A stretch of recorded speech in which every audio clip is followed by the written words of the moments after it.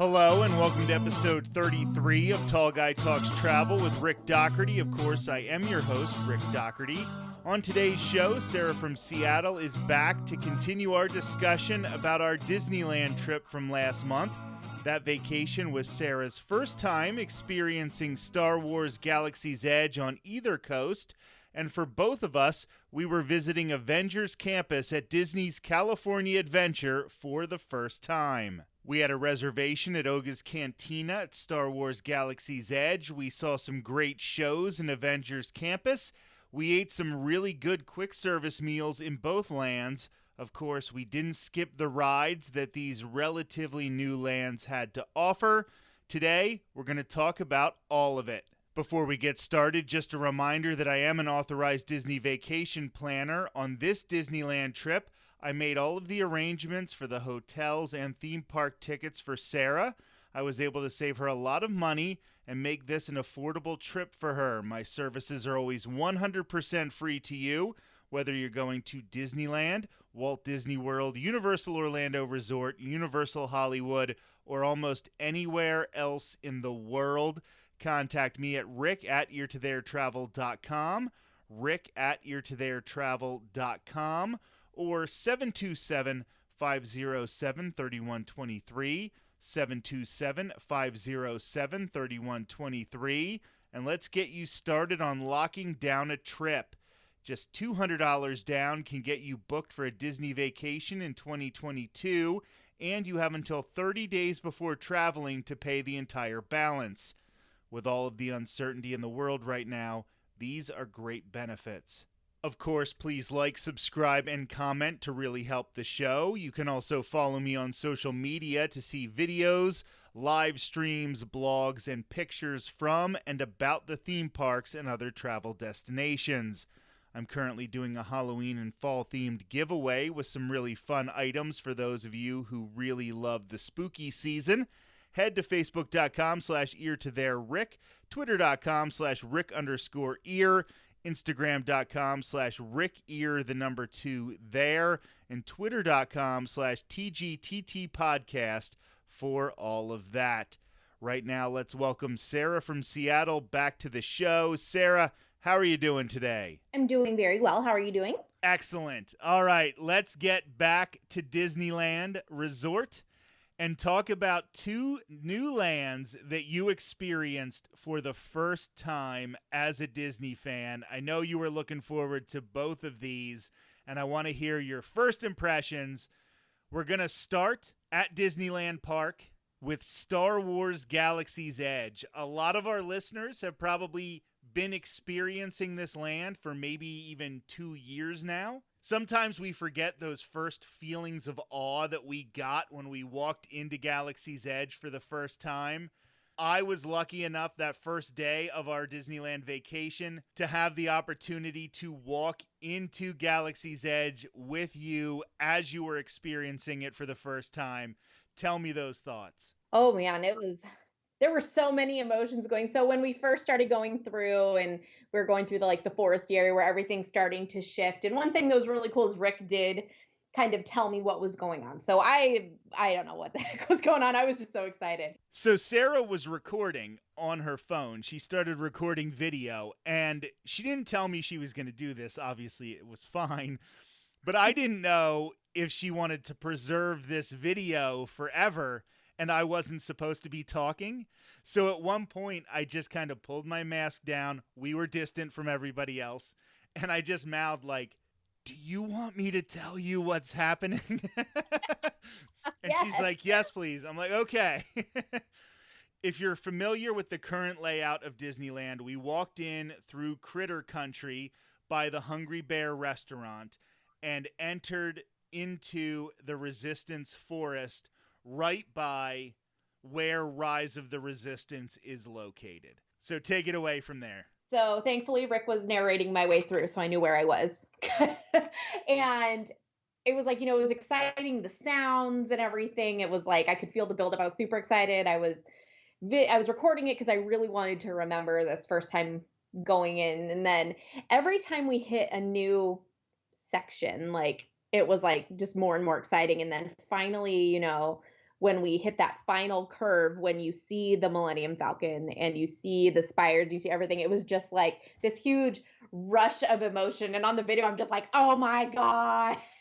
Like, this is amazing. And I was just completely blown away by the detail, the everything, just absolutely everything about Galaxy's Edge. I was completely blown away. And we got to go in the first time, it was at night. So I got to experience it in a totally different way than I had expected. I was expecting to walk in, it's 100 degrees outside, and I'm in desert, and then bam, Millennium Falcon. It was nothing like that. So if you have been to Galaxy's Edge, either location, or even if you haven't, you can look at a map of the parks and see what I'm talking about here. But you go around one corner and you see Kylo Ren's TIE fighter. And when that reveal happened, Sarah was like, oh my God, look at that. And I just chuckled and went, wait. Yeah. Just wait. Yeah, that seems pretty impressive. Yeah, it was cool, but yeah. But it's nothing, because then we continued to walk down, and when you saw the Falcon for the first time, I have a lot of friends who are really, really into Disney who do it all the time. You are one of them, but you just happen to not have been at Galaxy's Edge yet. I don't get to experience that a lot anymore, where somebody's seeing it for the first time, and it was so special to remember what it was like the first time I saw it that way, and seeing other friends that I know who saw it for the first time like that. It was definitely one of those experiences I'm never going to forget. And then we decided to pilot the Millennium Falcon, and we rode Millennium Falcon Smuggler's Run. I know I've done this ride countless times, and I know it's been countless because I've lost count. At one point, I was keeping a tally of how many times I've done it, but I can't remember anymore. It has even become a ride that I don't even do a lot if I'm at Hollywood Studios anymore. If there's like a 45-minute wait, I won't even do it. So, getting to experience it with you for the first time, what did you think about the second most important ride at Star Wars Galaxy's Edge? It was super fun. I love the fact we walked on. That was amazing. We literally walked on. And let's see. Oh man. And then the fact we were the only two piloting the Millennium Falcon. We were the only ones in there. Not only did we walk on to the ride, but we had our own cockpit. Yes. When we did this, it was during Mickey's Mix Magic. Yes. We'll get back to that in just a second. Yeah.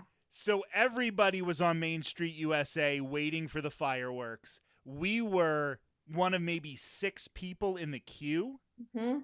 So we got the entire cockpit to ourselves. I told the cast member, I'm like, I think she should be the right pilot because I wanted her to have that experience. Now, you did not necessarily like being pilot as much as most people. Yeah, it was fun, but it was hard. It's like I felt like I was spending more time trying to not let you down with my terrible flying than enjoying the ride. Like, I was just the whole time I'm sitting there going, okay, down is up is down, down. Okay, gotta wait for the flashing lights. And I was just like everywhere. I wanted her to be right pilot because that is the pilot who gets to pull the lever. You get to yell, punch it. And she got to pull down that lever. I think that is an experience you have to have when piloting the Millennium Falcon.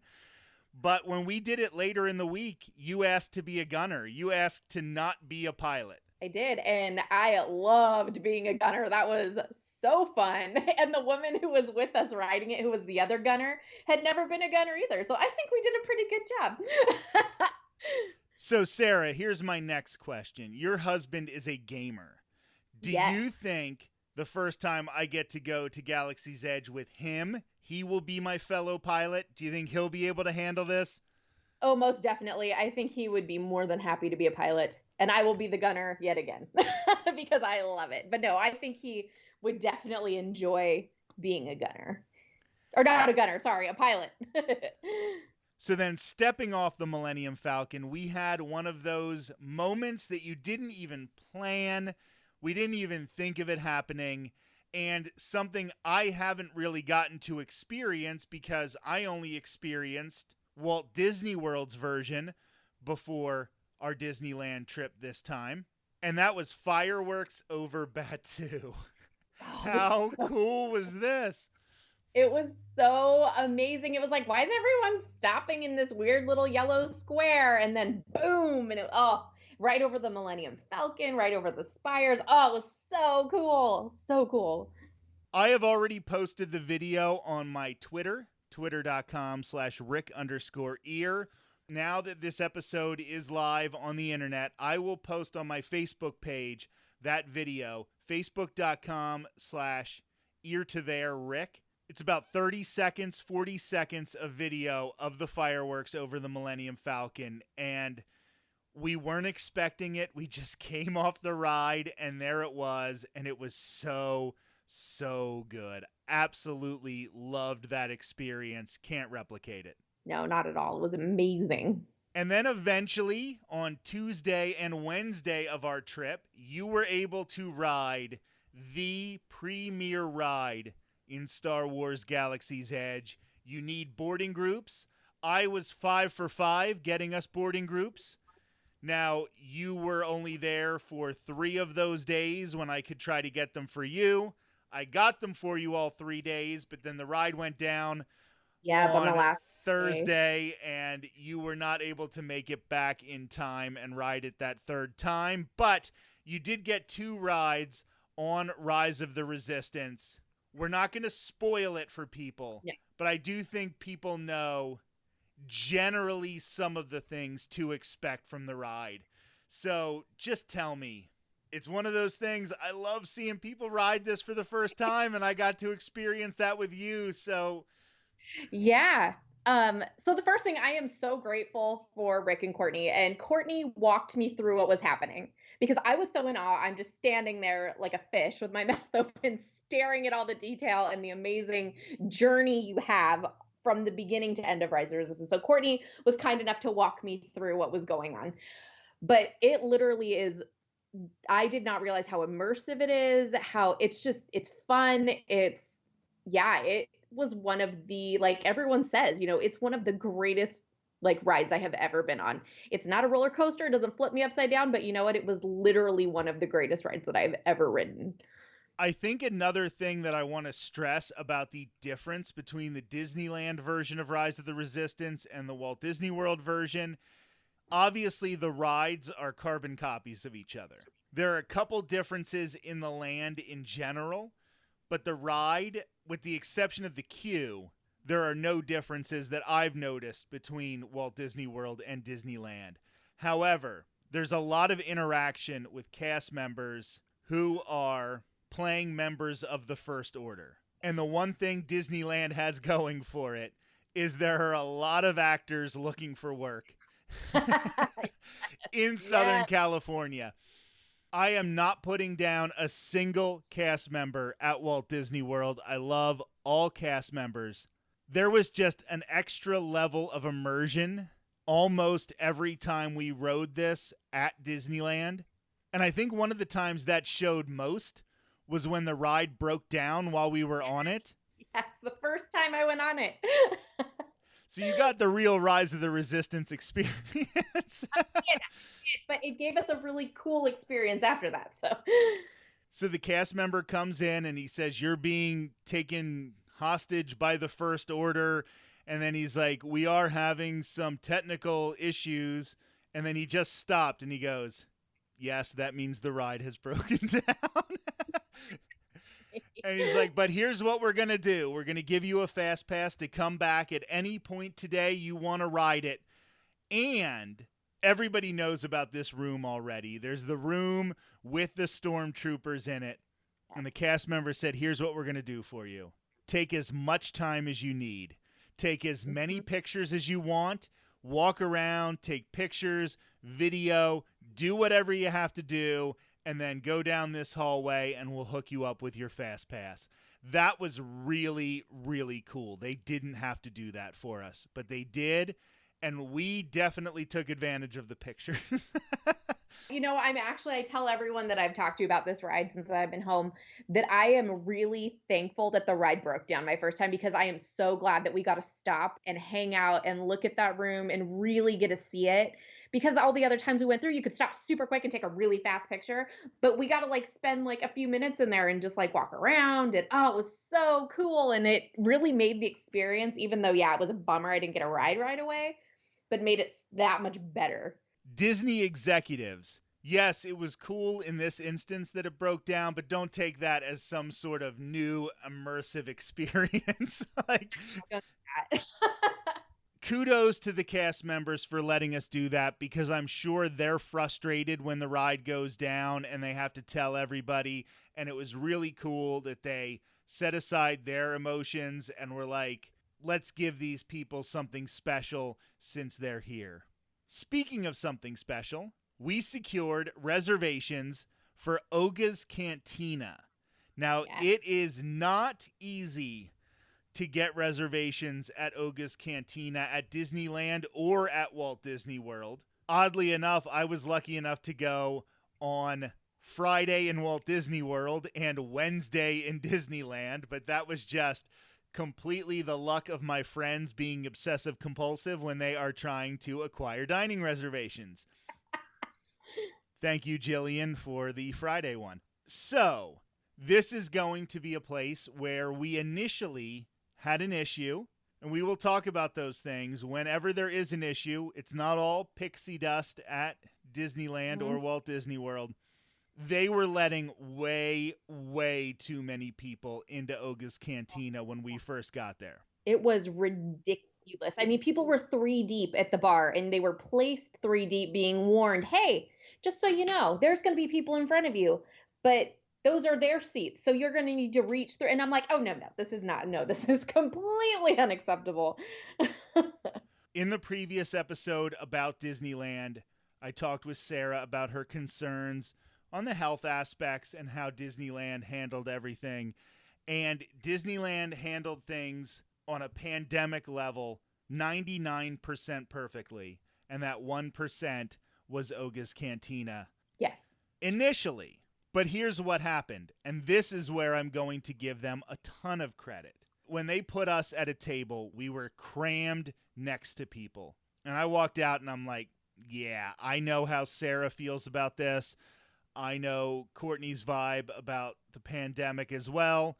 I'm like, I know they're not having it, and I'm just a person who doesn't necessarily like to be close to other people, so I wasn't digging it either. I went outside and said something, and they said, hold on a second, and then another gentleman came out and was more stern than myself with them, and after that, the manager got on her headpiece, and I don't know what kind of voodoo she worked out in the next 10 minutes. But by the time we were sitting down and we had ordered our drinks, Oga's was almost empty. Yeah, it was awesome because I didn't feel claustrophobic, or I mean, it was at the point that when you were out talking to those people, me and Courtney were talking, and we had agreed, like, hey, if they're not going to do anything about this, I've seen the inside, I took pictures. Yeah, I'm not going to get my drinks, but let's just go somewhere else because this is ridiculous. But then after it was taken care of, it was crazy. It cleared out. I just want to say that all I said was, like, we can't hang if this is how they're going to do it. We would really like to experience this here, but this is way too crowded. Yeah. Whatever the other guy said, that worked. Yeah. Because they definitely... Yeah, they snapped into shape, and he did have a kid, like Sarah mentioned. So I don't know if that played a part into it, but there were people treating Oga's like it was a regular bar. Yeah. And maybe that's where we have to start moving away from the issue and start talking about Oga's in general, because people might not be aware how it operates. Mm-hmm. So because of everything... reservations, probably because of social distancing, and they just kept this, they put you in a spot and you stay in your spot at Oga's. So even though it looks like a bar, you don't sort of free range from place to place. you stay in your spot. Guests just weren't doing that, and they were moving wherever they felt like. And I think that was the point that really upset this gentleman. Now, after they took care of everything, everybody stayed in their spot. Now let's actually talk about Oga's Cantina. After that, I loved it.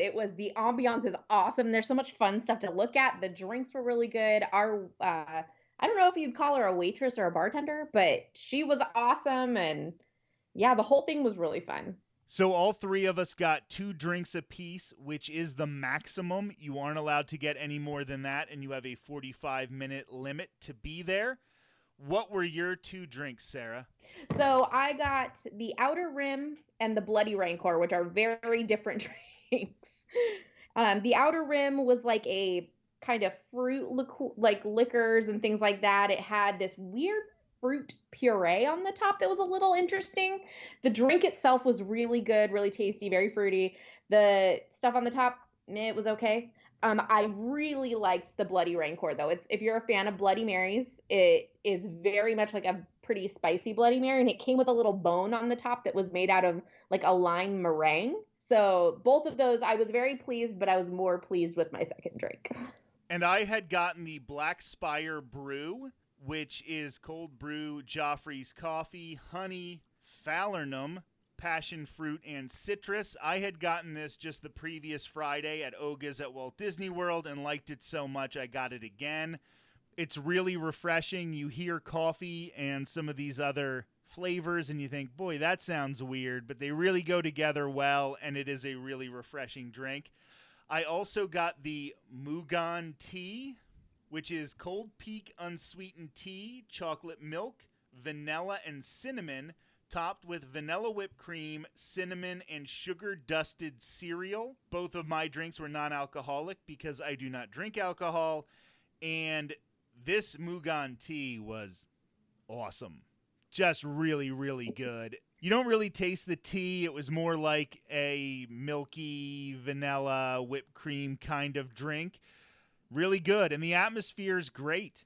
DJ Rex spinning the songs. He played, the legendary Cantina song, or at least a dance remix of it from A New Hope. It's just a really good vibe, and I really enjoyed it once all the issues got resolved. Yeah, I really enjoyed it as well. It was a good time. It was nice to sit and enjoy like the ambiance and everything. And one part that was really fun as well is that earlier I had bought one of the Spira, the gift cards. So if you're unaware of what that is, it's a special gift card that you can buy in Galaxy's Edge, and it's metal, and it's like their form of payment.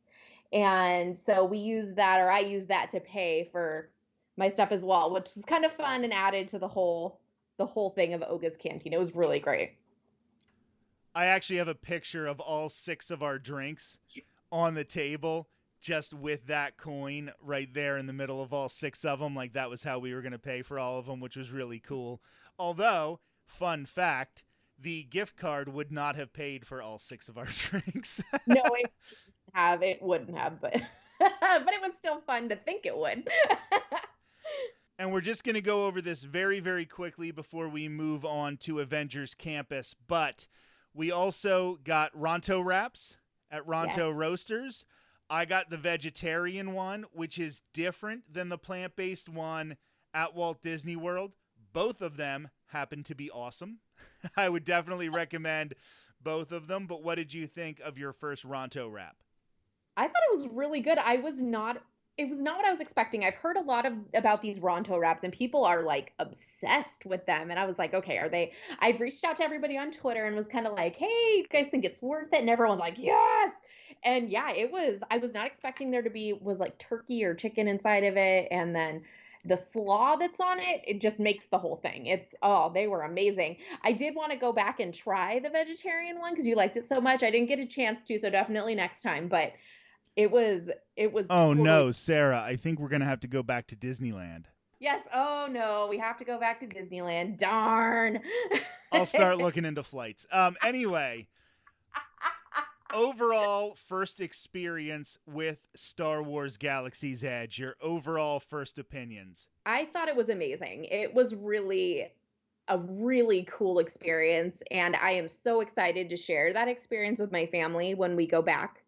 But yeah, every part of that was, and yeah, we spent a lot of time there too throughout the whole stay. And it was like seeing something new every time you see something new. And it was a maze though. I'm not going to lie. I got lost at one point when I went back by myself to get some pictures taken in front of the Millennium Falcon.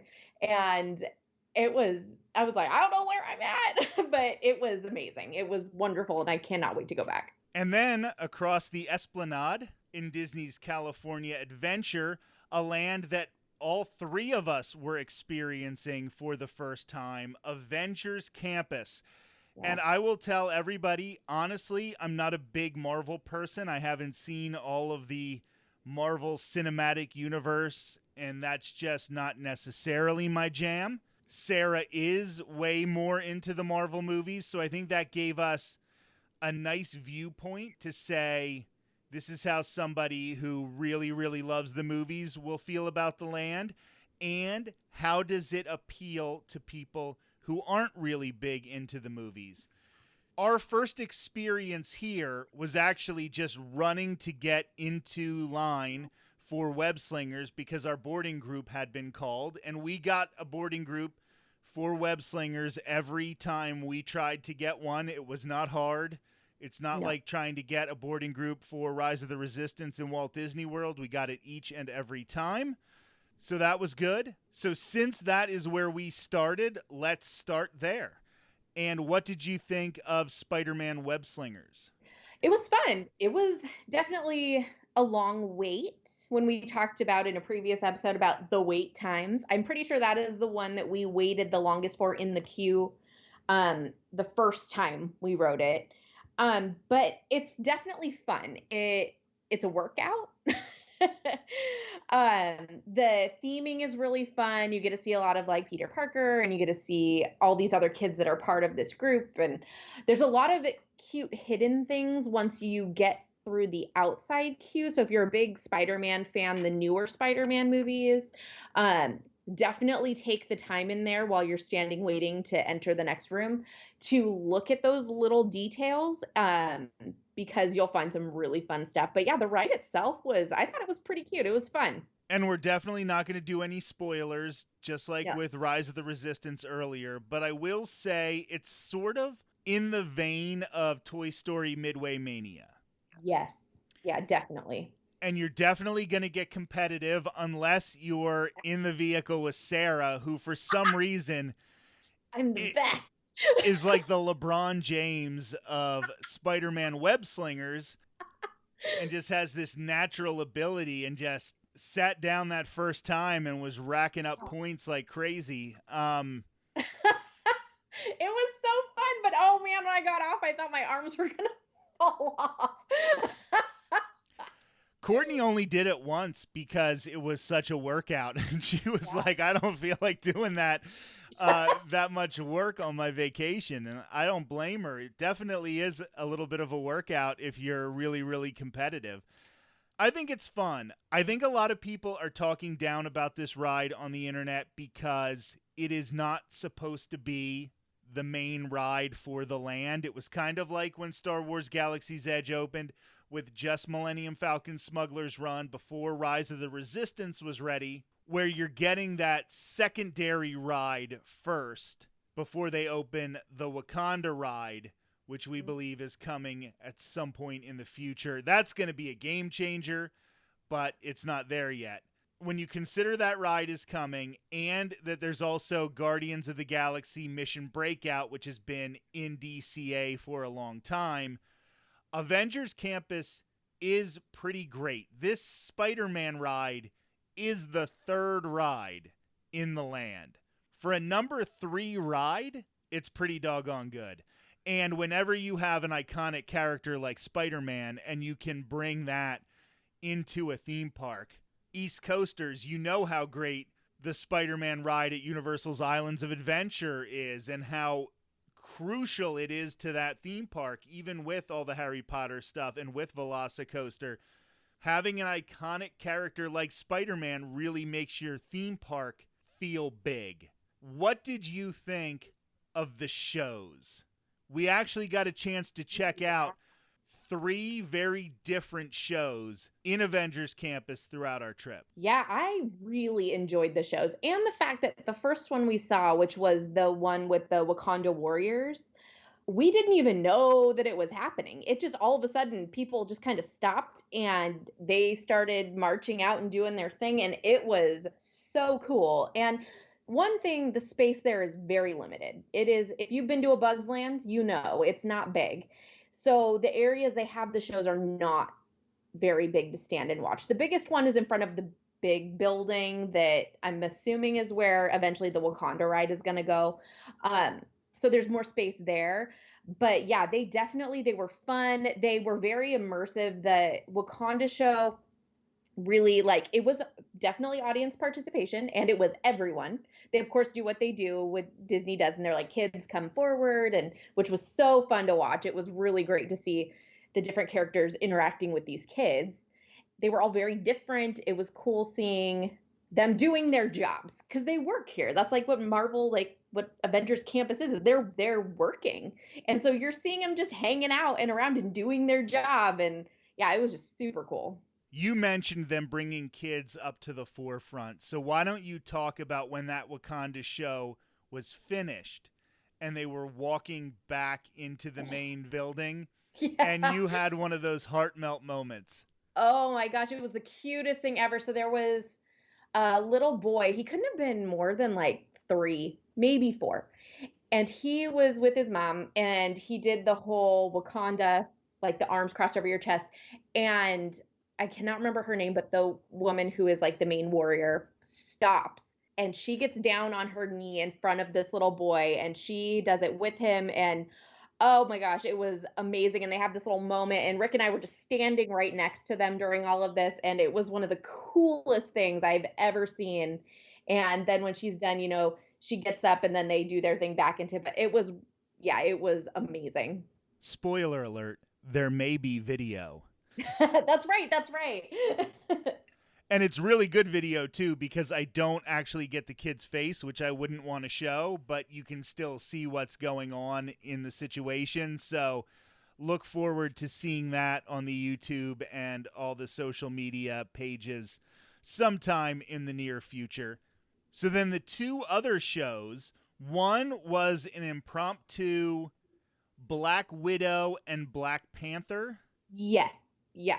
And I'm not going to go over too much of what the story was here, but they stop a crime and they do it in an area where you won't always have the best view, but at some point during the show, you will always have a good view. I really, really like how they did that. That show was excellent. We just happened to be there once or twice, I think we got to see this show throughout the course of the week. And you just happen to be there and it happens. You probably could tell or figure out when they were scheduled to happen if you asked, but we just happened to catch it a couple times. Really, really good. The one that we did make sure we were there to see because we wanted to get it at least once is the Spider-Man show. Yes. Boy, was this cool. Oh, it was amazing. It was, oh, like everybody's seen the video of this thing, right?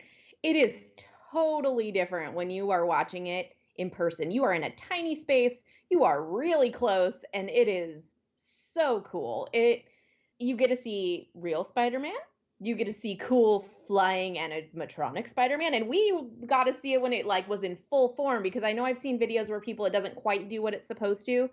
And then at the end is where it's almost like they do it to bring Spider-Man out for his photo ops because then he comes down and he talks to everybody and it was so fun. It was so fun.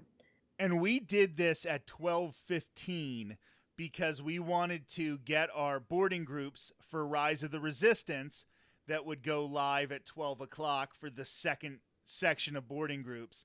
And we figured we'd just get our spot in front of the Spider-Man show, get in the shade so we could really enjoy it, get our boarding groups, and then just wait for the Spider-Man show.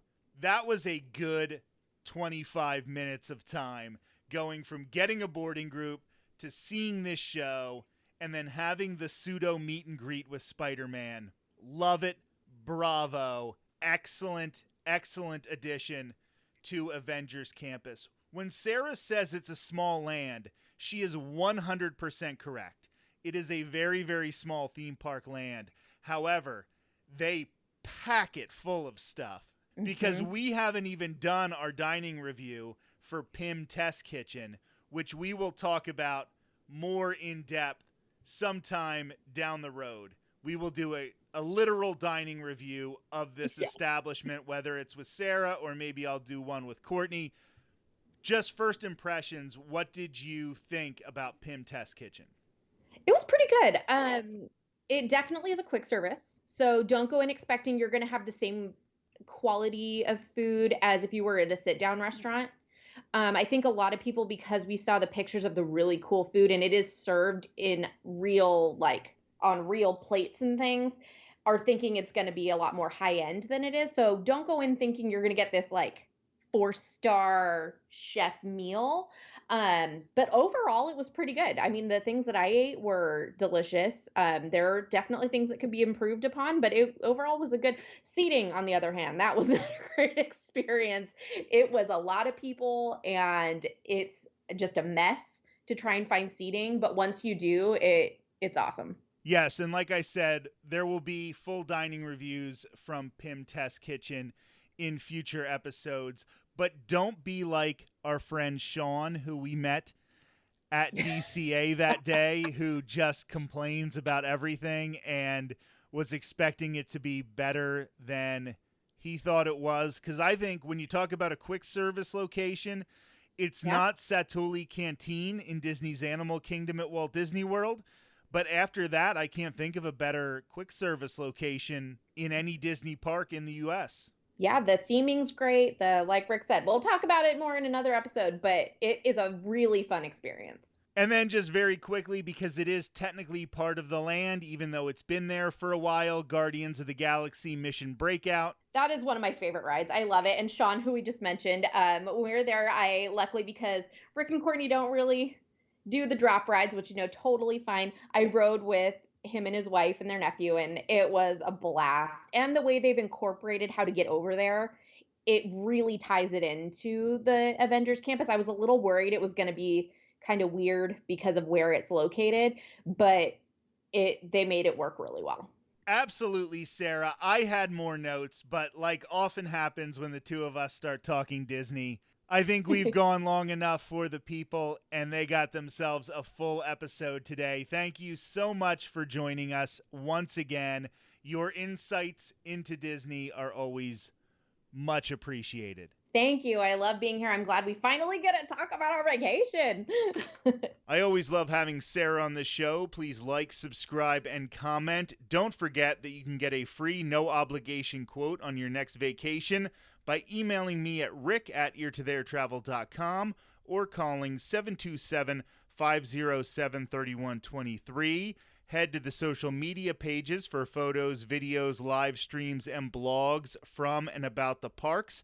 Facebook.com/eartotheirrick, Twitter.com/Rick_ear, Instagram.com/RickEar2 and Twitter.com/TGTTpodcast. I'm also doing a Halloween and fall themed giveaway with more information available on those pages. This has been episode 33 of Tall Guy Talks Travel with Rick Doherty. I will be back next Thursday with another brand new episode of the show. Until then, have a great week.